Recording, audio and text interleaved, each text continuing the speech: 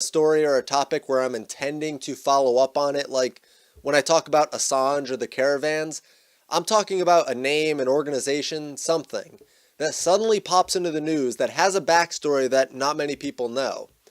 And now with the death of Whitey Bulger at the hands of another inmate, the questions begin to arise, especially considering how things are going in the American political system right now with Mueller's investigation.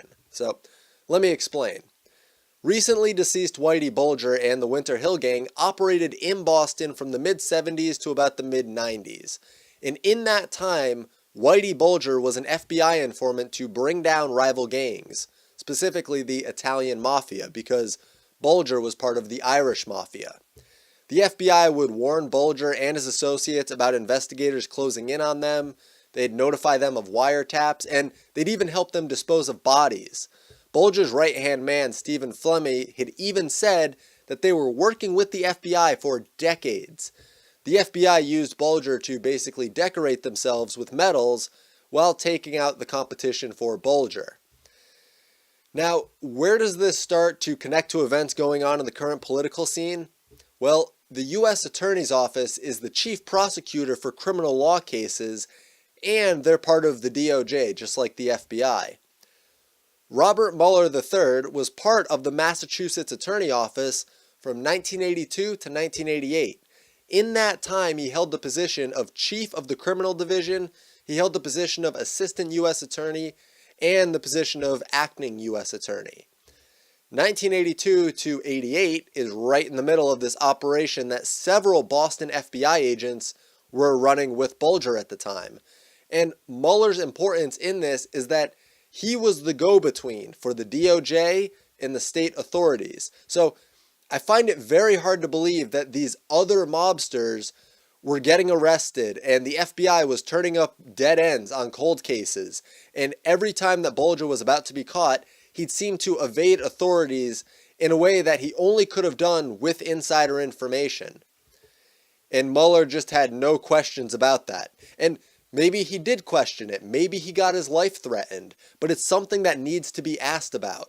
And now there's even more pressure for him to answer about his days at the Massachusetts Attorney's Office because Whitey Bulger was murdered in his cell. And it's being treated as a mob retaliation assassination.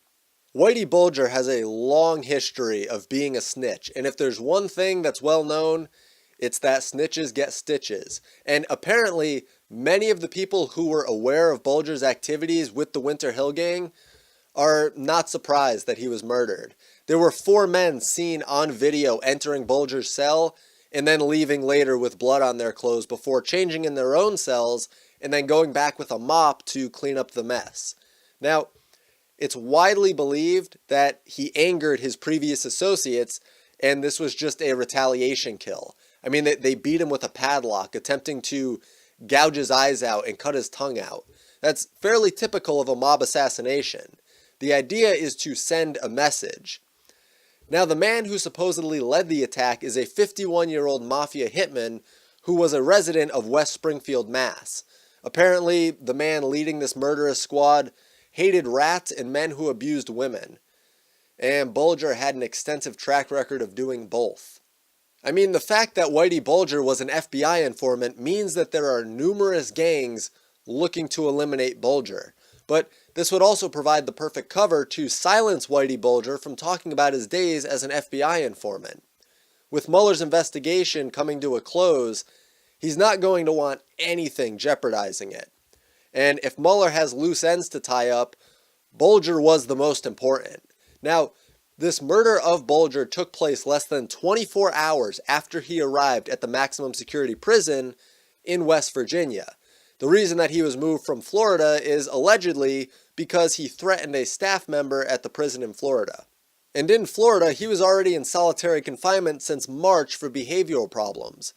But Bulger had a series of heart attacks while he was in prison, and he was expecting to be moved to a medical facility run by the Bureau of Prisons, but instead he was relocated to the West Virginia prison and placed in the general population. So he wasn't confined and kept out of the general population, and his health wasn't being specially monitored in the way that it was intended. So something changed here, and it's impossible at this point to really tell if it was a simple mob hit or if it's an attempt to silence Bulger. I mean, there's so many regional directors and wardens and assistants and department heads, unit managers, teams.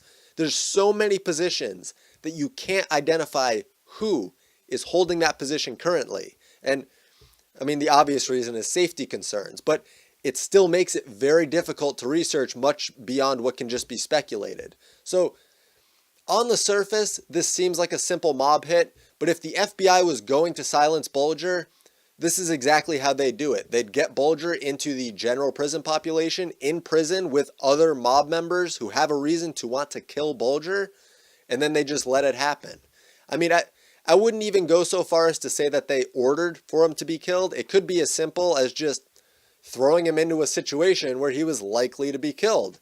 And this is why it's so crucial to know the background of the people making the decision to not send him to the medical facility run by the BOP and not keep him in solitary confinement.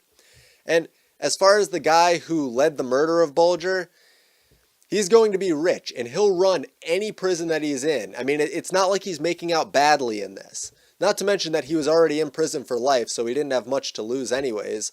So to me, this really just seems like a simple mob hit. It seems like on the surface, Bulger wronged a lot of people, he ratted on a lot of people, and more or less had this coming. And plus, if you're a mobster and Whitey Bulger is someone who's wronged you, and he shows up in your prison, you're not going to waste a lot of time. You're not going to let him die from natural causes or be placed in solitary confinement. You're going to get to him as soon as you can. But don't forget, this still leaves some questions unanswered that could radically change the direction of this story. And I tend to think that there are answers to all of these questions that are perfectly rational. But I'd still like to know who had Bulger redirected from the BOP medical facility to West Virginia, and who put him in the general population. I mean, without those questions answered, I don't think we can say for certain one way or the other. There's the way that I'd feel about the likelihood of something, of course, but that's all that it is at this point. So I think that for what we have, I laid out the evidence here pretty well, both the inculpatory and exculpatory evidence. So I'd like to know what you think, and if there's something that I missed, or perhaps you have an answer to one of these questions that I put forward, feel free to comment. Otherwise, that should wrap up this video. So be sure to leave a like and subscribe if you haven't. Donation